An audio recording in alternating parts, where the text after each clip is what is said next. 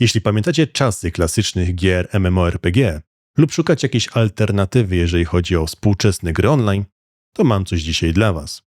W tym odcinku opowiem Wam, jak zacząć swoją przygodę z jedną ze sztandarowych gier swojego gatunku – Guild Wars, oraz czym się różni od swojego bardziej popularniejszego sequela.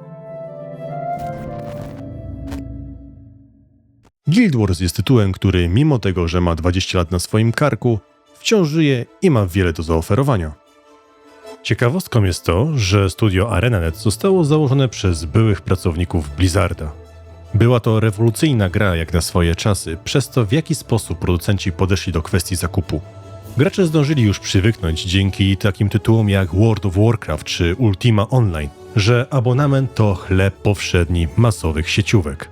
Wtedy wchodzi cały na biało Mike O'Brien, oferując inny model biznesowy – buy to play, czyli kup raz i graj do woli. Gra była chwalona nie tylko za to nietypowe podejście, ale też za unikalny styl graficzny, system instalacji oraz mocno zbalansowany tryb PvP. 1 milion sprzedanych egzemplarzy w pierwszym roku istnienia zagwarantował grze masę dodatków. I od nich zaczniemy. Prophecy, Faction oraz Nightfall. Podczas tworzenia postaci możemy zdecydować, od której przygody chcemy zacząć. Jesteście purystami i wolicie przechodzić grę chronologicznie? To wybierzcie kampanię Prophecies. Dzięki spokojnemu tempu nauczy Was podstaw i pokaże to, co pokochali gracze w podstawce.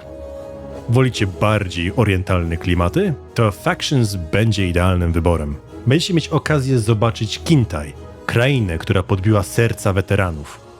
Uwielbiacie kosić wrogów lub nadziewać ich na dzidę oraz lubicie pustynną atmosferę? To Nightfall spełni Wasze oczekiwania. Jak również jest zwieńczeniem świetnej trylogii, która krok po kroku odkryje przed Wami wszystkie swoje sekrety. Co jest w tym wszystkim najlepsze, moi drodzy? To fakt, że jeśli po dotarciu do konkretnego miejsca po kilku godzinach gry będziecie chcieli sprawdzić, co ma do zaoferowania inny region, to droga wolna. Możecie zabierać się za inną fabułę.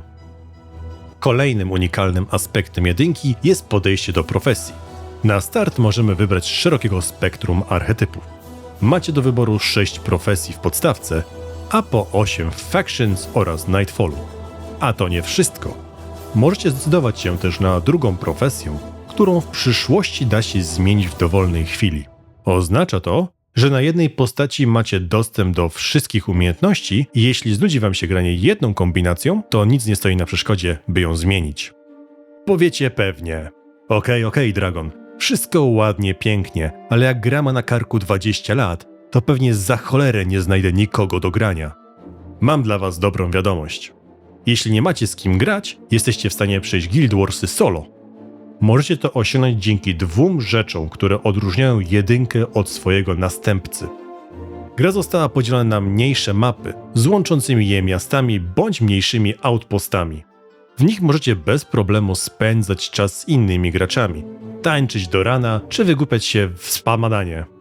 Jak wyjdziecie z miasta, okaże się, że jesteście sami, a to za sprawą instancji. Każda mapa poza miastem może być ogrywana solo, bądź w drużynie od 4 do 8 postaci, dzięki czemu rozgrywka jest dostosowana pod małą grupę i nie wymaga kilkudziesięciu graczy, by cieszyć się nią w pełni. Drugim aspektem jest to, że pozostałe sloty w drużynie możecie wypełnić henchmenami, którzy są podstawowymi NPC-ami. Dodatki wprowadzają herosów, którym możecie dostosować ekwipunek, umiejętności, drugą profesję, jak i wydawać im złożone polecenia, co skutecznie eliminuje potrzebę grania z kimś żywym. Te 2 rzeczy mogą wydawać się minusem, bo jak to gra sieciowa bez innych? Jak to tak? Ale to właśnie dzięki takiemu podejściu gra nadal żyje, a sama ArenaNet mówi, że taka struktura umożliwia im ograniczenie kosztów utrzymania gry do minimum. Więc nie musimy się obawiać, że gra nagle zniknie, jak większość sieciówek w ostatnich latach. Przejdźmy sobie teraz do konkretów, o których powinniście wiedzieć, zanim zaczniecie swoją przygodę w Tyrii. Nie grindujcie. Możecie śmiało się uczyć gry na spokojnie, ponieważ maksymalny poziom to 20. I w miarę przechodzenia fabuły płynnie dojdzie do tego pułapu, nawet tego nie zauważając. Dlatego też nie warto ciupać jednego przeciwnika za drugim. lepiej skupić się na questach i progresji fabularnej. Build składa się z 8 umiejętności, więc liczy się taktyka i synergia. Można to porównać do takiego deckbuildingu w grach karcianych. Dodatkowo, w bardziej odległej rozgrywce możecie zdobyć umiejętności elitarne, z których tylko jedna może być aktywna na pasku umiejek. Nie będę się rozwijał na temat tego, jak je zdobyć na ten moment. Pojawi się to w innym materiale.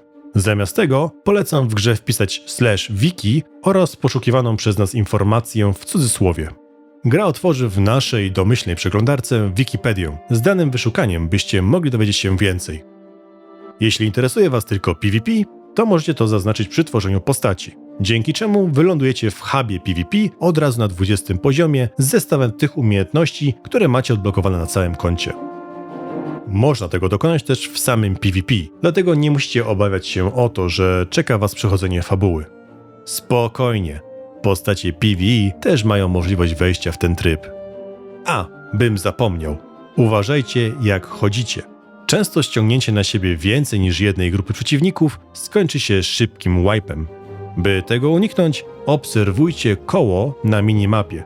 Pokazuje ono zasięg waszego agro. W taki też sposób możecie pulować do siebie konkretne grupy. Co jeśli padliście? Padłeś, powstań, Powerade. Odrodzicie się przy kapliczce z karą minus 15% do zdrowia i energii. Po kilku takich wypadkach możecie osiągnąć maksimum kary, czyli minus 60%.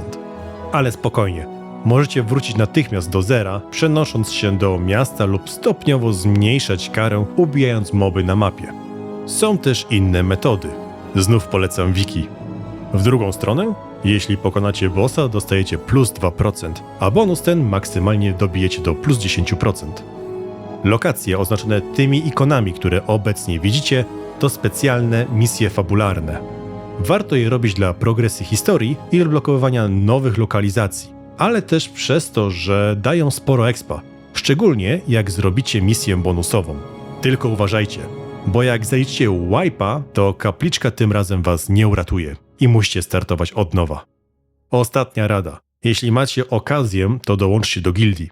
Z pewnością znajdzie się ktoś, kto będzie w stanie wam doradzić, pomóc z buildem albo wesprzeć hajsem. 10k gold, please.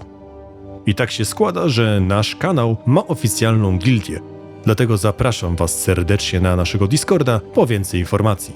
Link znajdziecie w opisie pod filmem. Jak również w poniedziałki i środy gramy w Guild Warsa na żywo na Twitchu z widzami, więc jeżeli macie jakieś pytania, bądź po prostu chcecie wpaść i zobaczyć jak nam idzie, to serdecznie was zapraszam.